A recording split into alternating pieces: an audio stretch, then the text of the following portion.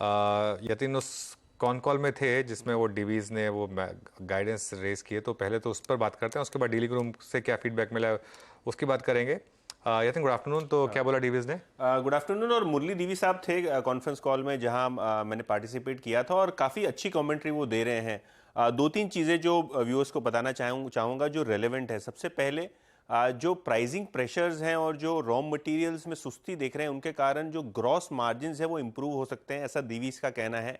अगर आप इस क्वार्टर की परफॉर्मेंस देखें या पिछले 2-3 क्वार्टर्स की परफॉर्मेंस देखें, तो ये जेनेरिक एपीआई मेकर्स के मार्जिन्स पे काफ़ी प्रेशर रहा है। और दीवीज ने इस कॉन्फ्रेंस कॉल में बहुत दिनों बाद मुझे लगता है ये एडमिट किया है कि यहाँ से अब मार्जिन ट्रेजेक्ट्री ऊपर की तरफ रहेगी, क्योंकि सबसे पहले रॉ मटेरियल कॉस्ट दोनों ही चाइना और लोकल मार्केट्स में गिर रहे हैं, और दूसरा जो फ्रेट लॉजिस्टिक्स कॉस्ट है, चाहे वो शिपिंग कंटेनर कॉस्ट हो चाहे वो एयर फ्रेट हो, दोनों ही जगह पे अवेलेबिलिटी भी अच्छी हुई है और जो प्राइसिंग है वो भी गिरती हुई नजर पड़ी है। तो लॉजिस्टिक्स कॉस्ट की बात हो या रॉ मटेरियल कॉस्ट की बात हो, दीवीज को लगता है इनके डिक्लाइन की वजह से मार्जिन्स यहाँ से ऊपर दिखेंगे। कस्टम सिंथेसिस बिजनेस में भी उनको लगता है कि मार्जिन्स यहाँ से इंप्रूव होने चाहिए, यहाँ स्टेबल तरीके से मेंटेन करते हुए दिखाई पड़ेंगे। जहाँ तक कि ब्लॉकबस्टर ड्रग्स का और क्लाइंट कॉन्ट्रैक्ट्स की बात हुई, दीवीज ने कहा कि क्वार्टर ऑन क्वार्टर इस चीज़ को मत देखिए।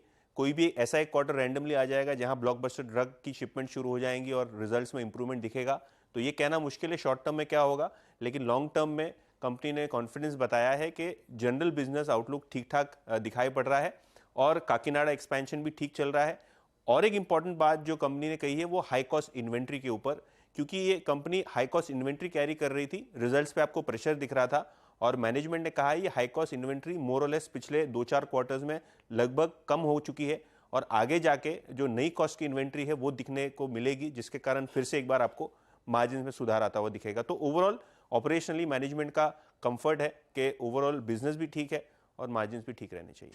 ओके, चलिए, तो ये बात हो गई डिवीज लैब्स की। अच्छा, अब डीलिंग रूम चेक। यतिन,